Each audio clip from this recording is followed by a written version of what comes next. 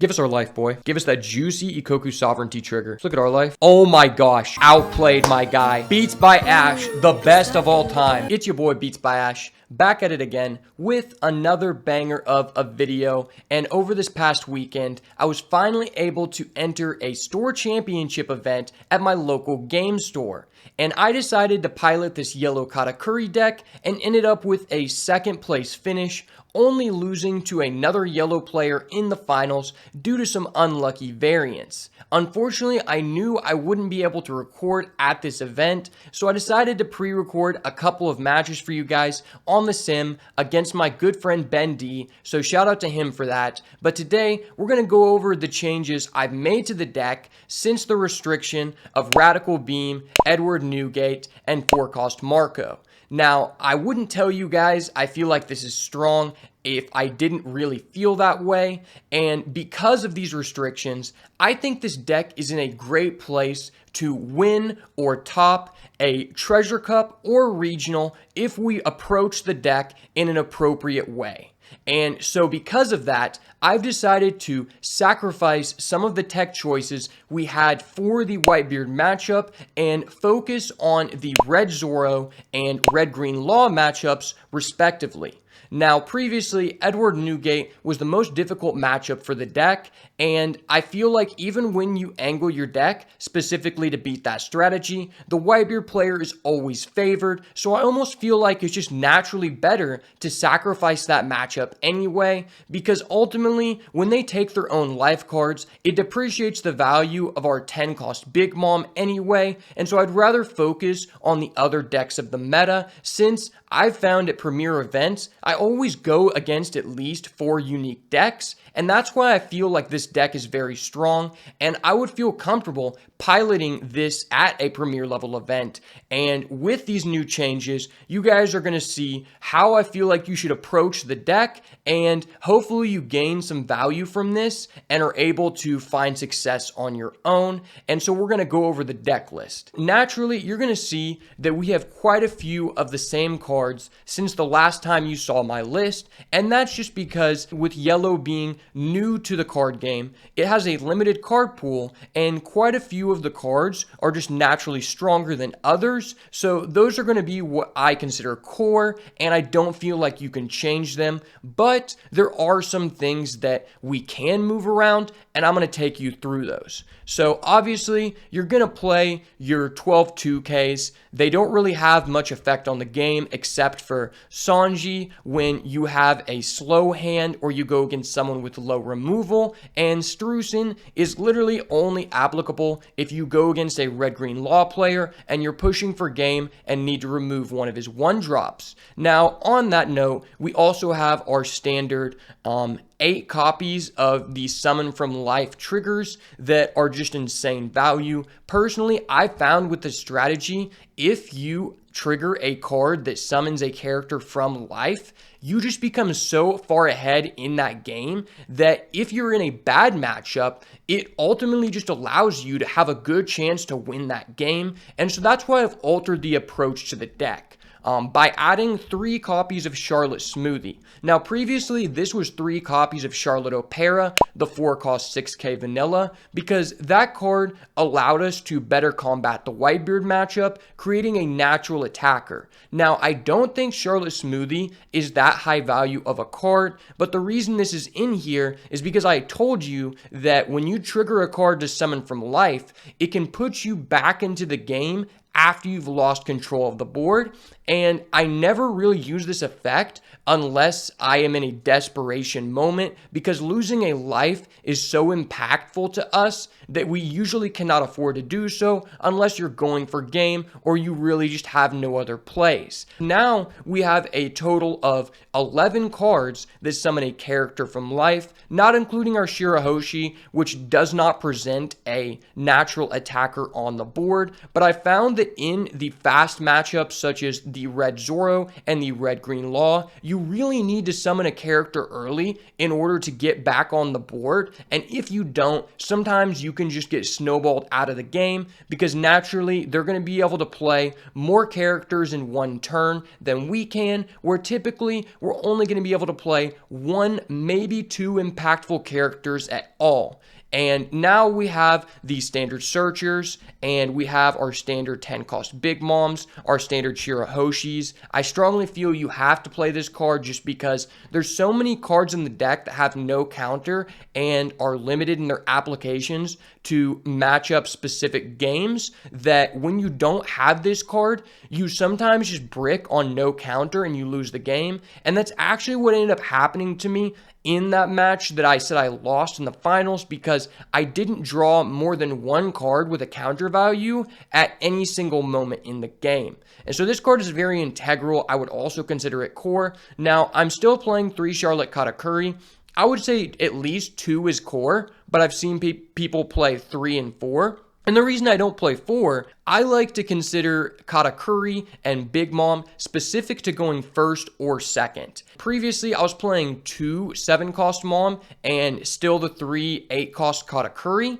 And that's because you want to go second more often than not. And typically, just because the way that the meta is right now, you're going to be able to go second more than going first, because some decks naturally just want to go first anyway, even if they know you have a good chance of curving out going second. For that reason, I decided to up Charlotte Linlin 7-drop to a 3rd copy. What I've found from 10 years of card game experience is that I try to build my deck to win games even when I don't win the die roll, because you can't guarantee to win the die roll every time. And so by having a deck that aligns our curve to going both first and second, we don't automatically lose by losing that die roll at the beginning of the game. And I think that's one of the best ways to approach this card game specifically, because it is best of one and the die roll is so impactful. And so for that reason, I'm going with the 3 copies of each, because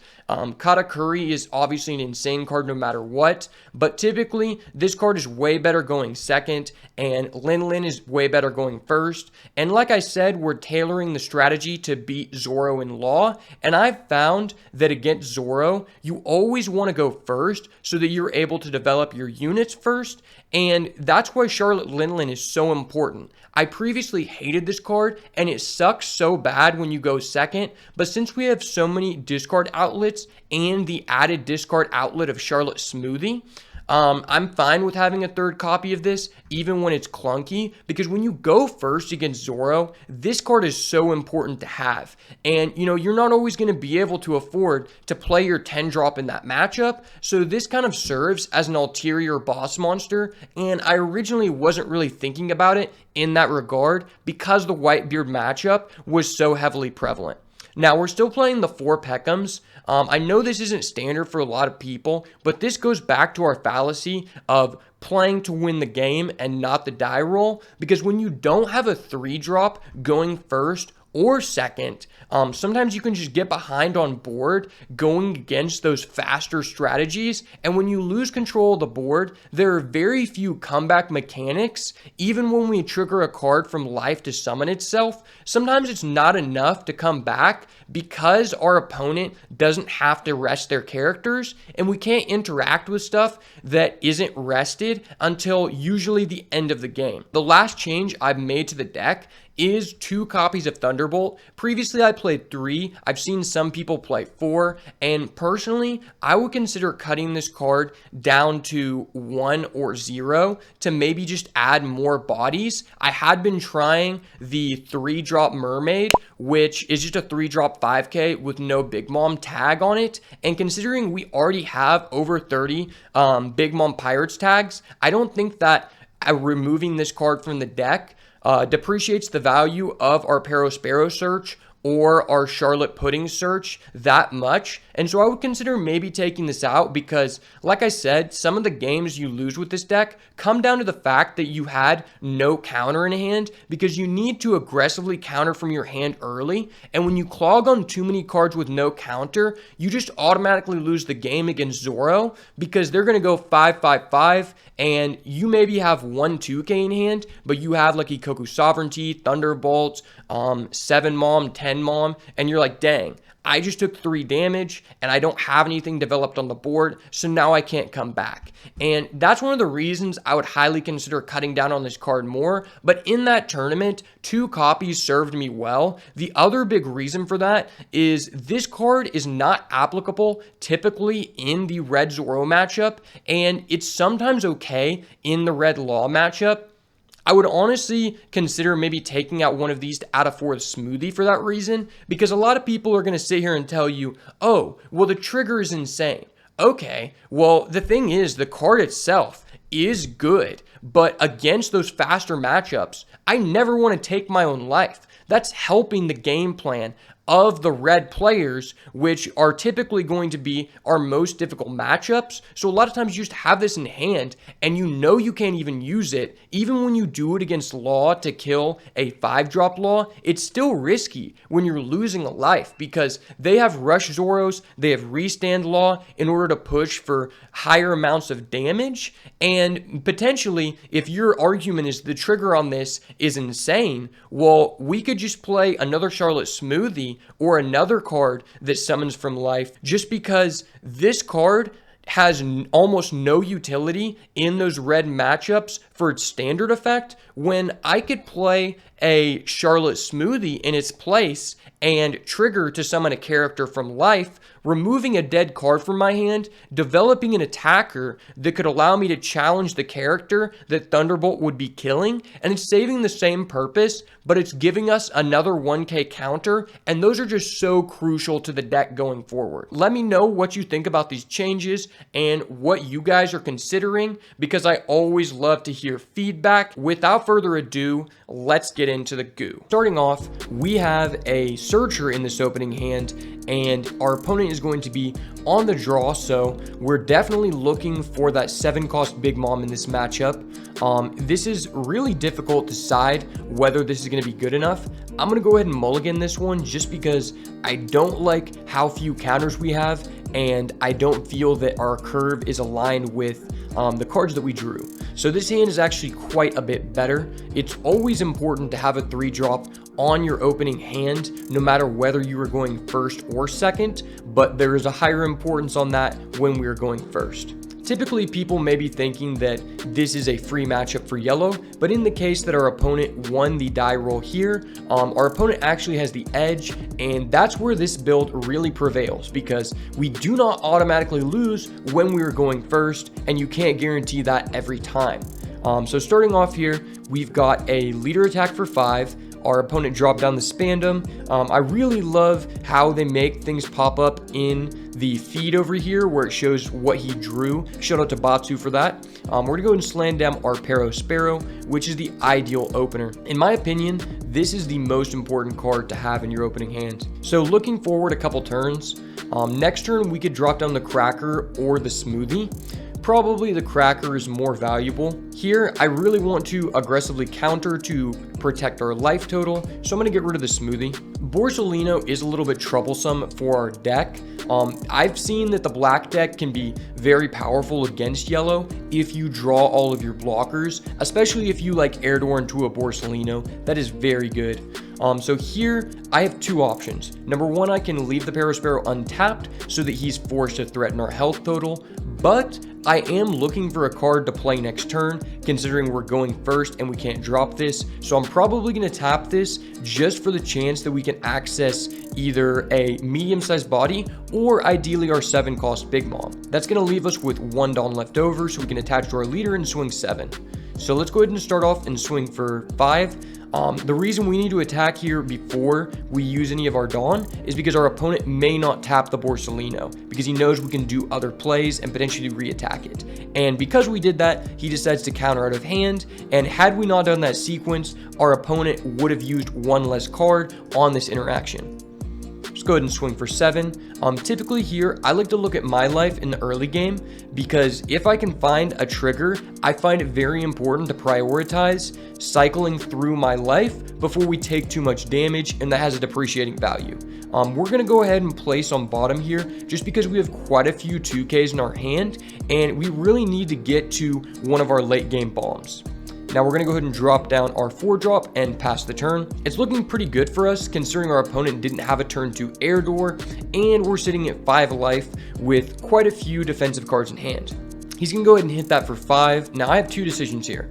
I could protect this, forcing him to redeclare with his Borsalino, giving us a good card to attack on the following turn. But if I do protect this, there is the chance that he air doors into a Kaku, punishing us, causing us to lose additional cards for no reason. This is a big decision here.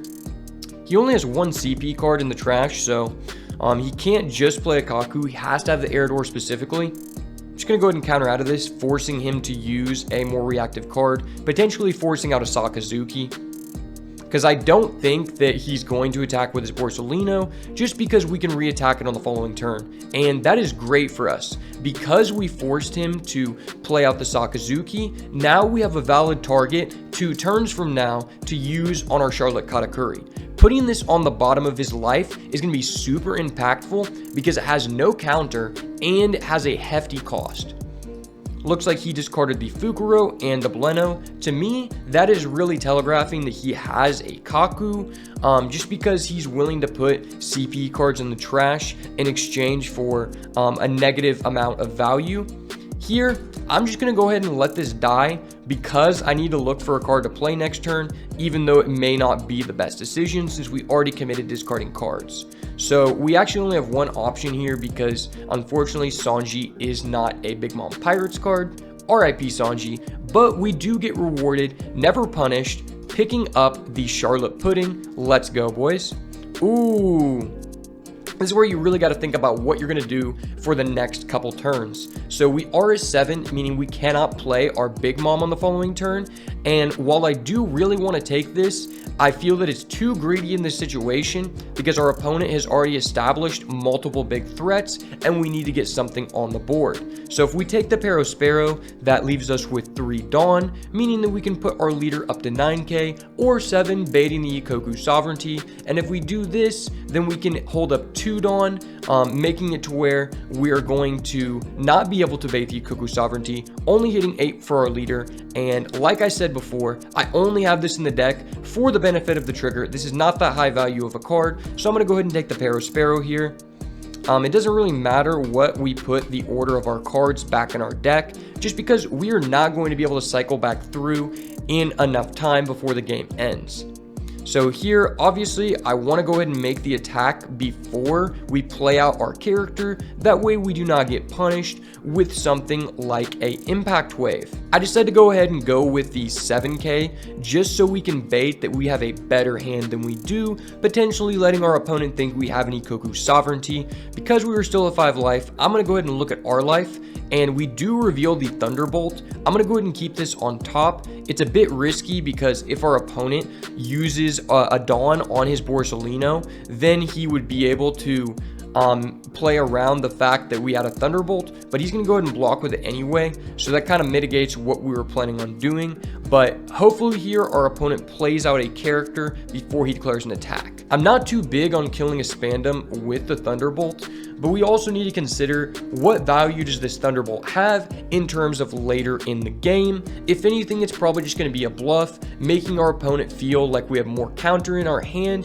than we actually do. Here, I think I'm just going to go ahead and block with the 2k, just because mitigating a damage is very important here, since we are going to be able to elongate this game with our Charlotte Katakuri, and hopefully we can get to a Big Mom within a timely manner. I think here, once again, I'd like to just go ahead and discard a 2k, because I know he's going to swing with the Sakazuki, and we're not going to be able to commit enough resources to defend that anyway. If we're lucky, our opponent will drop down a 4-cost Kuzan, and then we can use this to kill it next turn. But it doesn't look like we're going to be using the trigger right here. More than likely, this is probably going to be a discard outlet for our Shirahoshi, or potentially one of our Summon from Life triggers. In this situation, we have a couple decision trees. Obviously, I want to drop down the Charlotte Katakuri. I can target the Sakazuki, but if we end up getting to kill that, we can always target his Borsalino, which is always a good exchange of value. I think we just attach one to leader here and just swing at his Sakazuki, demanding a card. I feel like it's worth it more than likely to attack with our Perospero first, just in case our opponent is willing to block with the Borsalino, because now we can turn our leader sideways, attacking the Borsalino, and if this hit goes through, we're looking pretty good, and if not, we're at least demanding a 2k counter from our opponent instead of a 1k counter, which would have happened if our Perospero swung for life. Let's go ahead and look at our life once again. So we know now that we have multiple 2ks going to the bottom, and that's looking pretty good for our sustainability in the late game. Not too worried about it getting a 2k right now, because the way that his board is established, I really feel that we are holding out for a trigger summon from the life in order to get back into this game. And what I like to say is you can't always play too safe. The best players are willing to take risks because they know that if they don't take that risk, they're going to lose anyway. So here we're going to play our Katakuri. You know, we could put this back into our life just so we have a little bit more sustainability, but it's probably always better to target the Sakazuki because that's mitigating a damage anyway.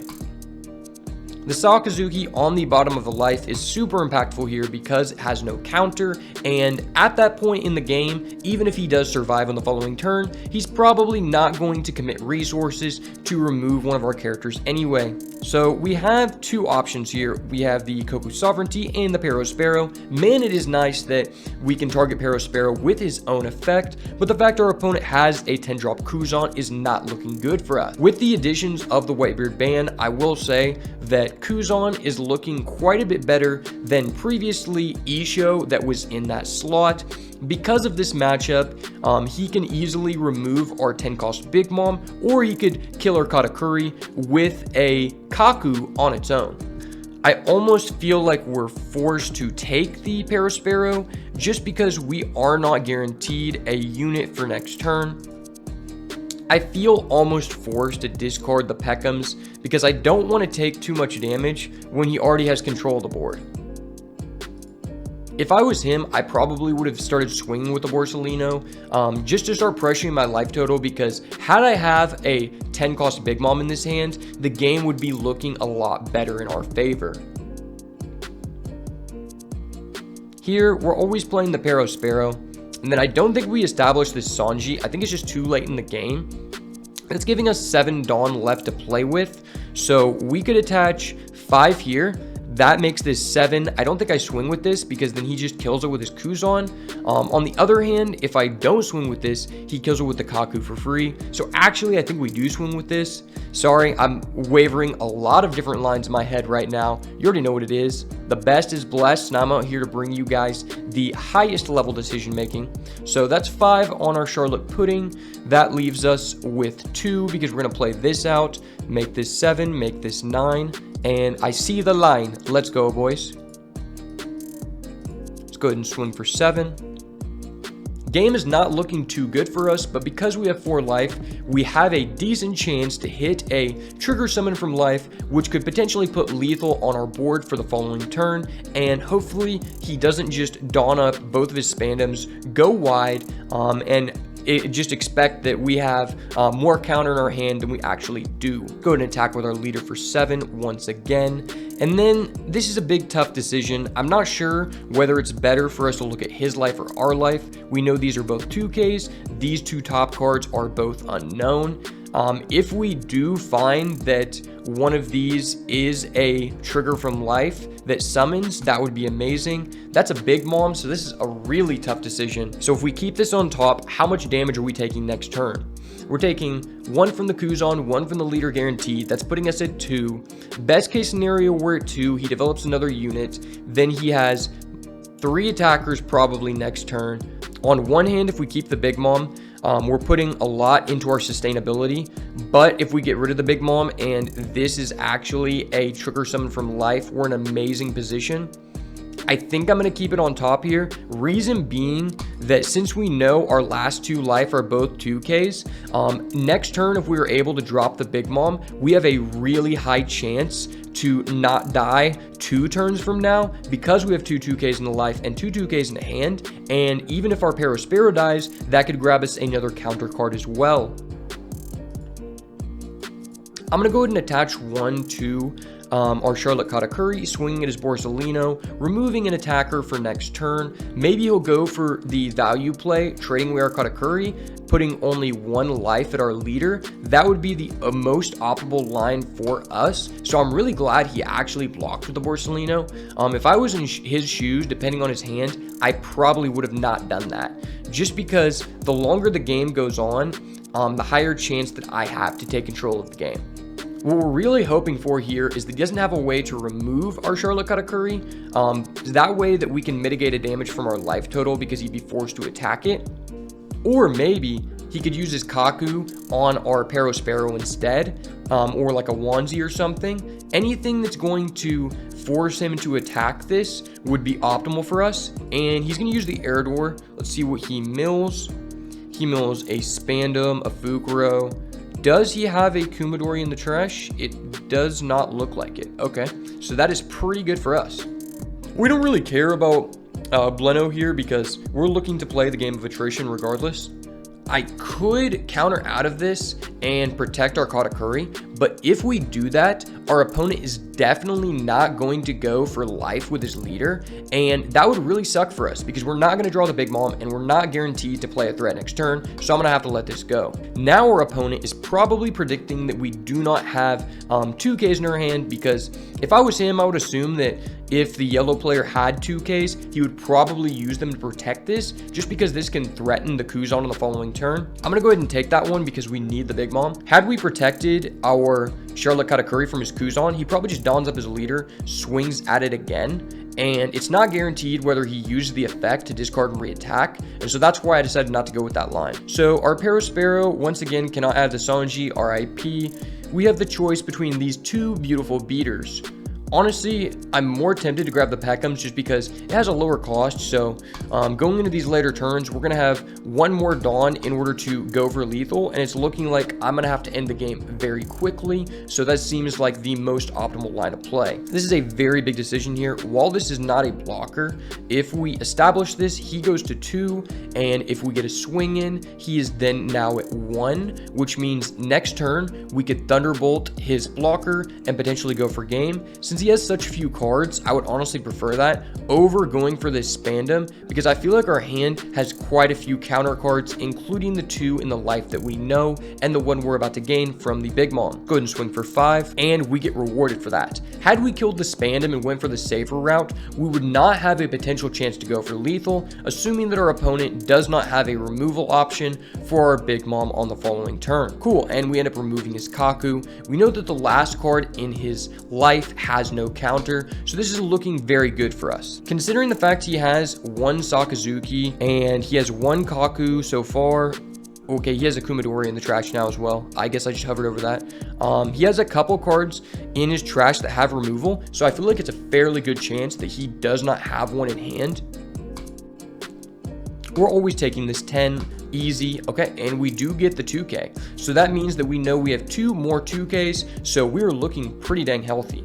Now here, I almost just want to bait him to going for lethal, because if he does that, we know that we can counter out of these attacks, and I feel like if he dons out, he won't play a blocker and just go for a full-on go for game. And if he does that, we're in a really good position because we have guaranteed game next turn. If he does this here and he goes 5-5, I think we can afford to take this. This is 2-4, 6, 7 total counter, 9, that's 11 counter. I feel very comfortable about blocking 2 of these attacks. He's probably going to drop down another Kuzan and just kill our Big Mom, and I just don't know that we can do anything about that. We might have messed up by not countering on that previous attack, because now if he does have the second Kuzan, we're going to be hard punished.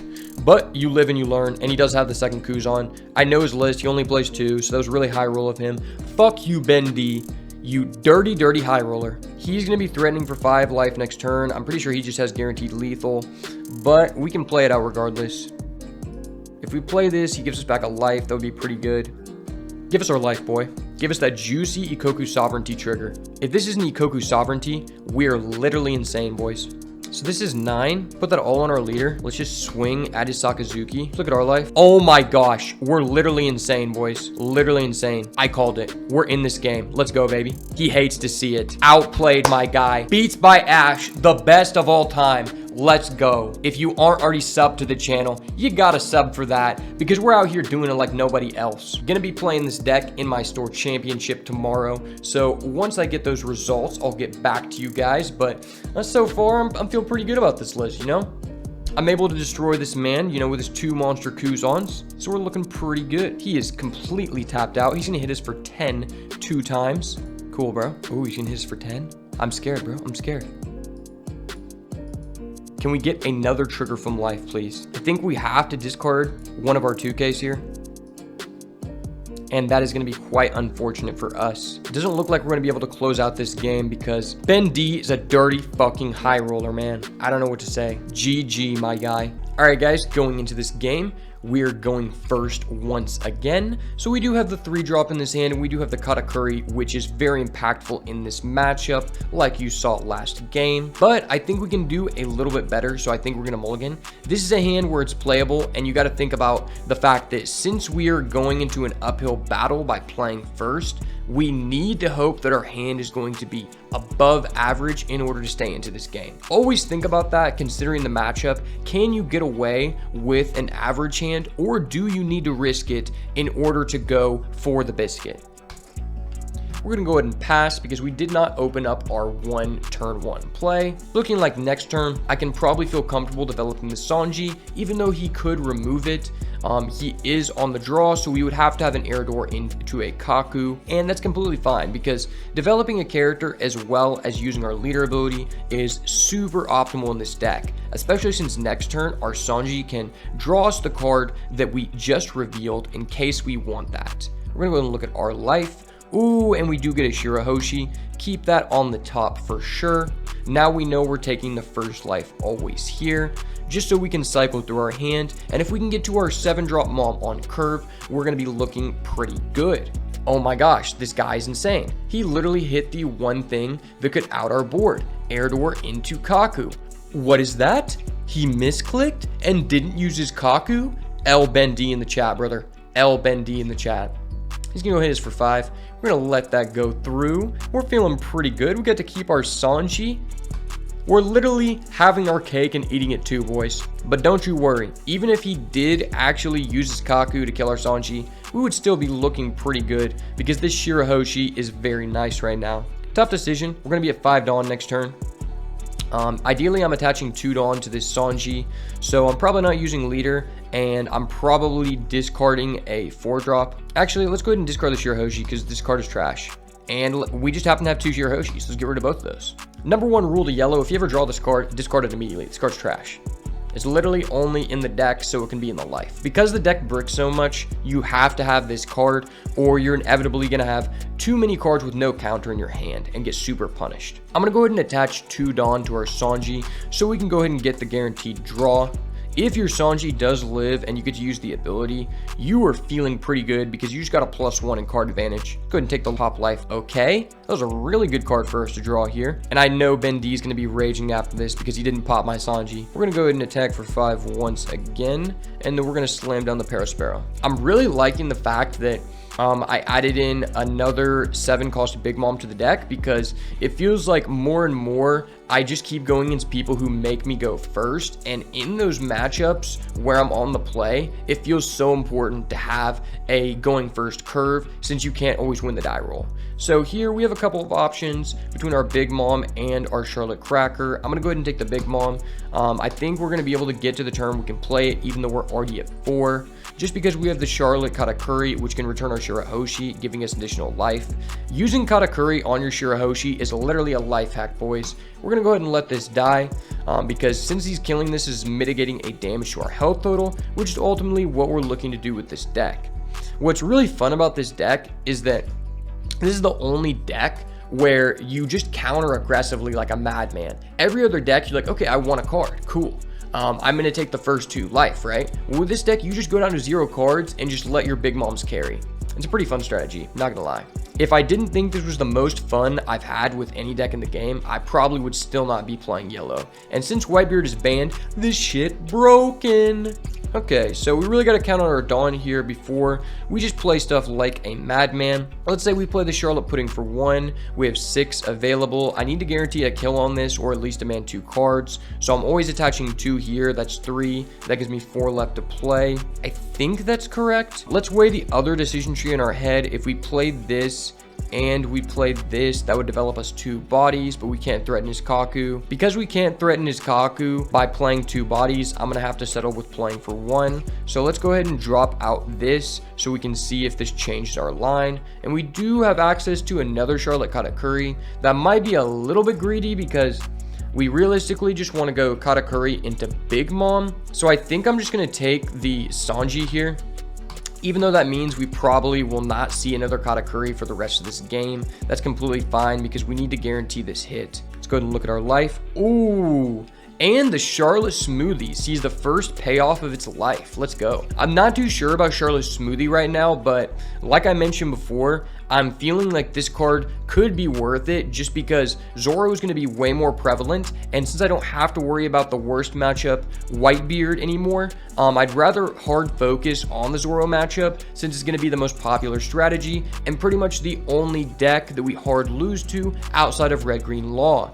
And when you have this and you trigger it out of life, it's just another card that allows you to deal with characters on their board. And think about it in this situation. If that card was the 4 cost 6k, we would have no way to come back because we are behind on board. And typically with yellow, you have a really difficult time getting back on board. Honestly, we probably should have attached another Dawn to our leader to force him to discard more. That way we could have developed a 3 cost Perospero instead of a 4. I almost feel like though we still just have to do it because these cards have counters, and if he pops it anyway, we don't get a neg 1 in card advantage. So L beats by Ash in the chat because I probably should have donned up an additional one, but since he misplayed, I'm gonna give him that one. The Charlotte Cracker could be super impactful here, but there's just so many removal cards in this deck, and he literally high rolls out his ass again, summoning a 3rd Kaku. So at least we didn't get punished by playing that.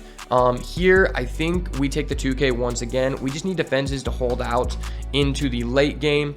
We're going to take 1 damage here confirmed so we can get our Charlotte Smoothie into the cycle. Now here, I'm definitely discarding a Charlotte Smoothie because that's one of the attacks that is going to be easier to block. And we know that he can attack with double Kaku. I really just want to mitigate as much damage as possible, especially since we're not going Big Mom next turn. Let's just get rid of this. Probably the most efficient card to discard. Now, if we do summon the Charlotte Smoothie, what is that really doing for us?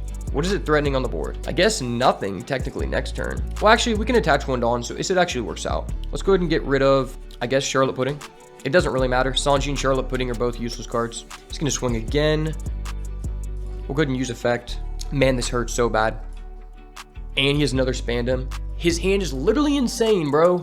Oh my gosh. This is such a tough situation. I literally don't even know, man. If we do decide to attach 1, we can swing 7 and we can swing 6. Okay, so he revealed an Eridor, so we know 1 card is no counter. Always check the trash to see how many 2Ks that the person has available. 1, 3, 4, 5. Okay, so it's a pretty low chance that he has 2 2Ks. How impactful would it be for us to take the life card here? It's probably still worth it to bounce the Shirahoshi just because we have like a couple dead cards in hand. I mean, we need to be able to counter out of as many attacks as possible. I think what we do here is attach to our Katakuri so we can swing 7, because what this is going to do is if it kills his Kaku, then we know it's okay to use our Charlotte Smoothie effect to go to 7, because then we're confirming the kill on his other Kaku since we know he doesn't have enough counter to get out of this attack. And it's a Perospero, probably keep that on top. We know this is an Eridor, so I guess if we do use the Charlotte Smoothie effect, this specifically has to be another 2k, and it's very unlikely that he has a 2k, and we're already behind, so I feel like I basically just have to go for this. I'm going to add from the bottom of the life because we know this is a Perospero. Charlotte Smoothie OP. Let's go, baby. Even though we did lose the life, and that really sucks, he was going to deal the damage with this next turn, so it was still worth it, even though it was a negative exchange of value. And then we're going to go ahead and drop down our Katakuri here, targeting our Shirahoshi, adding that to the top of the life. That's looking pretty good for us because we have Shirahoshi into Perospero into an unknown, and Shirahoshi is going to be able to discard us our Charlotte Linlin. Had we not used our Charlotte Smoothie, we would have gotten this card as our life, and we probably would have been guaranteed dead. But because we have the Shirahoshi, hopefully we draw a counter, we discard a Big Mom, discard a Linlin, and then we're feeling pretty good, man. This is going to be another nail biter. I can't tell you enough how important it is to go second in this matchup. The person who goes second has such a huge advantage. I'm going to go ahead and 2K out of this one because that's a confirmed hit we can actually block. Depending on how much Dawn he allocates, we are not confirmed to actually block the attack. And considering that he's not using Dawn, he's obviously going to use his 10 cost Kuzan to remove our Charlotte Smoothie, or he would have already attacked it. Once again, I need to mitigate as much damage as possible, so we'll go ahead and get rid of the Strucin. We'll go ahead and use the effect. Bro, what the fuck? What the fuck is this? Actually, Bandai, what the fuck?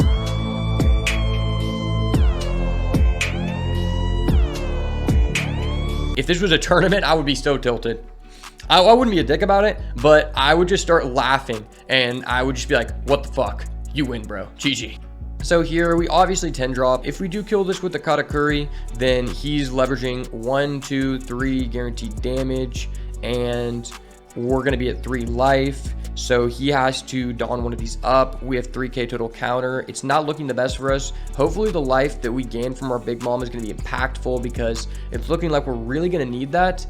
And here, if he mitigates our attack on his Kaku, we're basically just fucked. Okay, good. Good. Now, do we attack? I think we have to.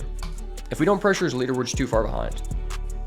Cool. You play a 10 drop, I play a 10 drop, bro. My 10 drop better. You want to use a modifier plus a Sakazuki? Oh, I'm sorry. All 3 of your Sakazukis are in the trash. My bad. Bro, we got to redeem ourselves from last game because this guy's gotten to go second 2 games in a row. That's just too OP. You can go ahead and attack that. We can't do anything about that. Cool. He kind of baited us there, but I mean, there's nothing we could really do. And ultimately, I'm probably pretty happy that he mitigated a damage to our life total anyway, because now we actually have the opportunity to play a Big Mom next turn, whereas we did not, assuming that he did that. Okay. Sure. He probably thinks that he's super big brain for that, and that's insane. Honestly, that was the best thing that could happen to us because now we can actually just afford to play another Big Mom. We're at 4 life. He has 4 characters that can hit. Depending on what we get in our life, we actually have a line to win here, where previously we're actually just fucked. Go ahead and swing in for 5. Assuming this goes through, we have guaranteed game next turn outside of him having a blocker. It doesn't go through, so we're going to have to get pretty lucky, but it is what it is. We'll put it in the hands of Ikoku Sovereignty. Dear Lord, please allow me to get an Ikoku Sovereignty and fuck this guy up. Punish him for having double Kuzan 2 games in a row and 3 Kaku and giving me 4 Big Mom. Always remember to pray mid-match because God answers all prayers, just sometimes not in the way that you want to. He's going to go ahead and swing us for 5. Honestly, I feel like we do block this because it's not guaranteed that we can block every attack. That's actually crazy. Bing bow. Let's go, baby. You already know what it is. The best is blessed, and that's me. And that's why I had to thunderbolt this boy's bitch ass. Yellow OP. I'm apologizing in advance. If I go against you in the regional and I just high roll the fuck out of you with yellow, I was just a better player, you know? This game is completely skill. There's no variance involved, right? Ben D is probably just tilted as fuck right now, because that was one of the only things that could have stopped him from going for lethal, and he just sequenced his attackers to where that was the most beneficial hit for me. Imagine that we let this first attack go through, use the trigger on his other Spandam because he pre-allocated his Dawn. He would be so tilted. Oh, that's funny. If we would have actually let the attack go through, we would have killed his other Spandam and his Kaku, which is hilarious. I've got a secret. Ooh, don't tell. Be on your best behavior, because Big Mom is here to punish all these naughty boys. Ha ha ha ha. Dude, I just like this deck. This is a fun deck, guys. If you haven't checked this deck out, make sure to do it, you know, and make sure to go against your friends, because it's just really fun to tilt your friends, man. I'm deafened right now, and I can tell that the homie Ben D is fuming. Yes, sir. I'm sorry. Double Kuzan is gonna cut it against the best of all time. Beep. The onslaught is coming. We'll just go 779. That's fine, right? I'm sorry, buddy. This is just guaranteed lethal. There's a reason why Kuzan left the Navy, and it's because this deck ass. Let's go. GG. You already know what it is. Beats by Ash back at it again with another W in the chat. Yes, sir. If you got this far in the video, thank you so much for watching. Make sure to turn post notifications on so you never miss another banger. And as always, if it's not the goo, it's got to go. Peace.